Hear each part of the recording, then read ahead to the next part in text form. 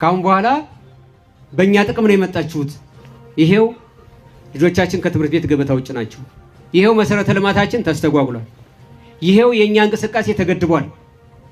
እና የመጣችሁት በአማራ ክልል ባለው መንግስት ወይም ደግሞ አዲስ አበባ ባለው መንግስት ሳይሆን የአብይ አማሮች ስራ በዝቶባቸዋል። ከይርጋ እስከ አረጋ ያልተረጋጋውን የአማራ ክልል የረጋና የደላው ለማስመሰል እየጣሩ ናቸው። ይርጋ ሲሳይ የተባሉት ሰው ከቀለም ወርቅ ምህረቴ፣ አረጋ ከበደ ከይልቃል ከፋለ የቀድሞ አለቆቻቸው አልተማሩምና ለጌታው እንዳደረ ማንኛውም ሎሌ እየተነጠፉ ናቸው።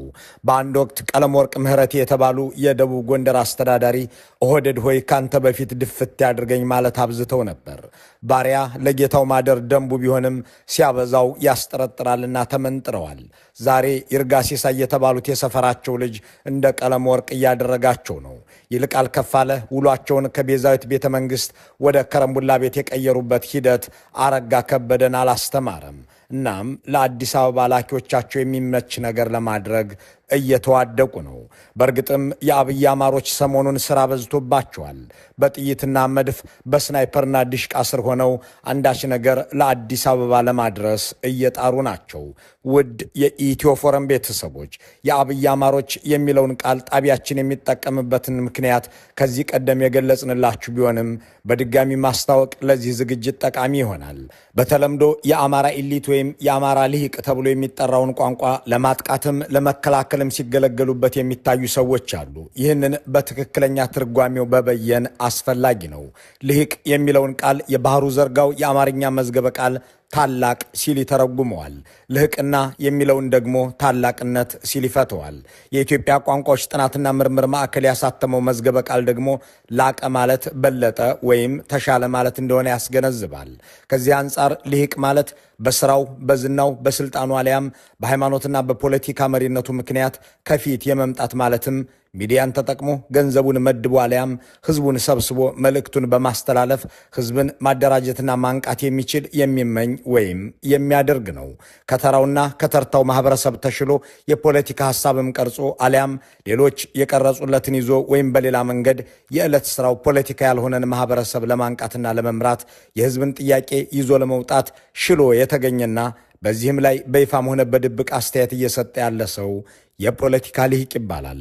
ለዚህ ትርጓሜ የሚመጥኑ ለአማራ ህዝብ መብቶችና ፍላጎቶች ህይወት ጭምር ሊሰጡ የቆረጡ ሰዎች የመኖራቸው እውነታ ሐቅ ነው። እነዚህ ትክክለኛዎቹ የአማራ ልሂቃን ናቸው።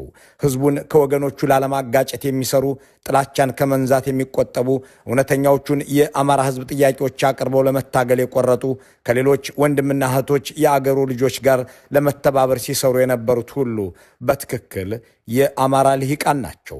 ይሁን እንጂ አብይን የተቸብን ሙሴን የተናገረብን ይሰቀልልን ሲሉ የነበሩ፣ በዚህ ተግባራቸው በኢትዮጵያ ውስጥ ጦርነት ያዋለዱ፣ ከዚህ በኋላም ለኑሮና ለዝና አይመችም ብለው ሲያስቡ የአማራን ህዝብ በደል በማራገብ እንጀራና ወጥ ሊሰሩ የሚዳዳቸው፣ በቀደመው ጥፋታቸው ከመጸጸት ይልቅ ያኔም ልክ ነበርን አሁንም ልክ ነን የሚሉ አብይ አህመድንና አዲሱን የኦህዴድ ገዢ መደብ አደላድለው ካስቀመጡ በኋላ ዛሬ እንደ አርበኛ ሊያደርጋቸው የሚዳዳቸው፣ ከዚያም ሲያልፍ አሁንም የጠቅላይ ሚኒስትሩ መልእክተኛ ሆነው የተሰማሩ ሰዎች የአማራ ልሂቃን ሳይሆኑ የአብይ አማሮች ናቸው። የአብይ አማሮች በቀደመ ጥፋታቸውና ወንጀላቸው ሁሉ ይቅርታን አያውቁም። ያኔም ልክ ነበርን የሚለውን ቃል ከአንደበታቸው አያጠፉትም።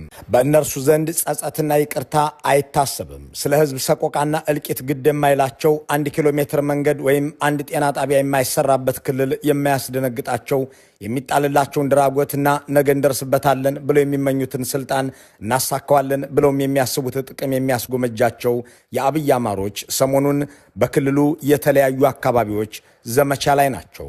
ዘመቻው የአማራ ክልል ሰላም ነው የሚል መልእክት ለማስተላለፍ የሚረዳ ስራ ስሩ በሚል የተመራ ነው።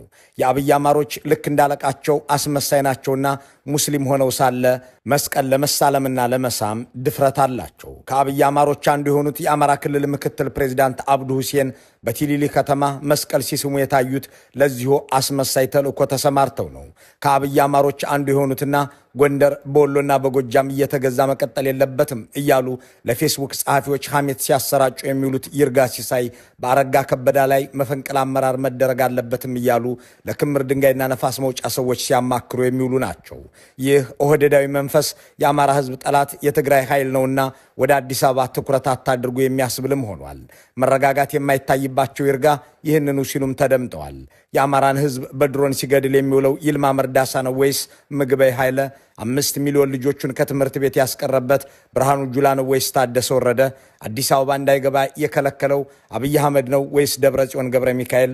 1 ሚሊዮን ልጆቹን ከኦሮሚያ ያባረራቸው ሽመልስ አብዲሳ ነው ወይስ አዲስ ዓለም ባሌማ? የሚለውን የሚያሰላስል አማራ ያለ የማይመስላቸው ይርጋ ሲሳይ ዋናው የአማራ ጠላት የትግራይ ኃይል ነው በማለት ለሺህ ዓመታት አብሮት የኖረን የኢትዮጵያዊነት እትብት የሆነውን ወገኑን ዋና ተጠያቂ ነው ይላሉ። የዚህ ክልል መተራመስ ዋና ተጠያቂው የትግራይ ጽንፈኛ ኃይል ነው። ዋና ተጠያቂ በትግራይ ጽንፈኛ ኃይል መቼውንም ቢሆን ምረት እንዳይኖራችሁ ግዴሎትም አቶ ይርጋ ይረጋጉ።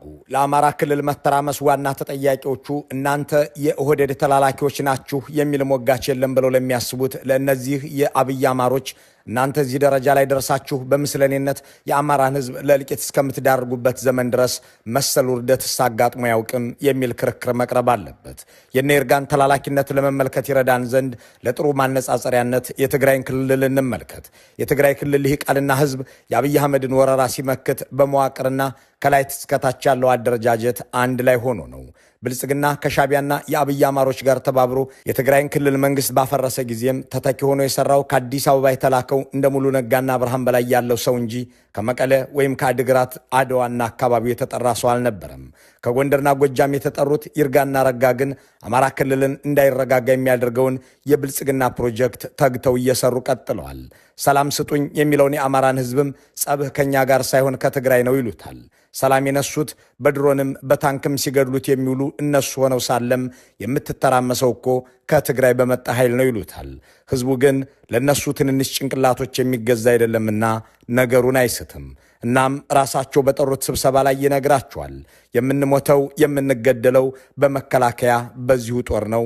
መከላከያ ድሮ የምናውቀው ዳር ድንበር ሲጠብቅ ነበር። አሁን ሰፈር ውስጥ ገብቶኛኑ እየገደለ ነው። ስለምን ይህን ታረጋላችሁ ይላቸዋል። ቀጠል ሊያደርግምና የቀደመውን ሕይወቱን እያስታወሰ እያደግን እየለማን እንዳልነበር ዛሬ ሁሉም ነገር ወደ ኋላ ተመለሰ ሲል እናንተስ አትረቡም የነበረንን ነጠቃችሁ ሊል በጨዋ አንደበት ይነግራችኋል። እያደገች የነበረችን አገራችንን ወደ ኋላ መለሳችኋት እንድታሽቆለቁልም ሆነች ሲልም ይጨምርላችኋል።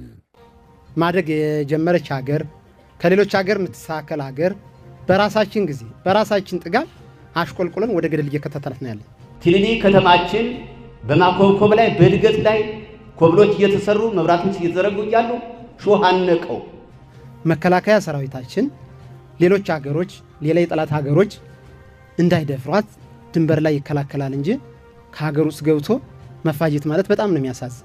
እንዲህ ላለ ጥያቄ ነው እንግዲህ እነ ይርጋ ሲሳይ የአማራ ክልል ሕዝብ የጠፋበትን ነገር ካልሰረቀው ወገን እንዲፈልግ የሚጠይቁት። የአውራጃና የመንደር የስልጣን ጥያቄያቸውን አንግበው በአምቻ ጋብቻ ከኦህዴድ ጋር ለመወዳጀት የሚፈልጉት እንደ ይርጋ ሲሳይ ያሉ የአብይ አማሮች የ4 ኪሎ አለቆቻቸውን ለማስደሰት የአማራ ክልል ሰላም ያጣው በትግራይ ምክንያት ነው ይላሉ። ሕዝቡ ግን ከእኛ ጋር የሚዋጋው አድማ በታኝና መከላከያ ስለምንጣታችሁን ወደ ሌላ ትቀስራላችሁ እያላቸው ነው። በእርግጥም ጥያቄው የአማራ ክልል የምትመሩት እናንተ ናችሁ።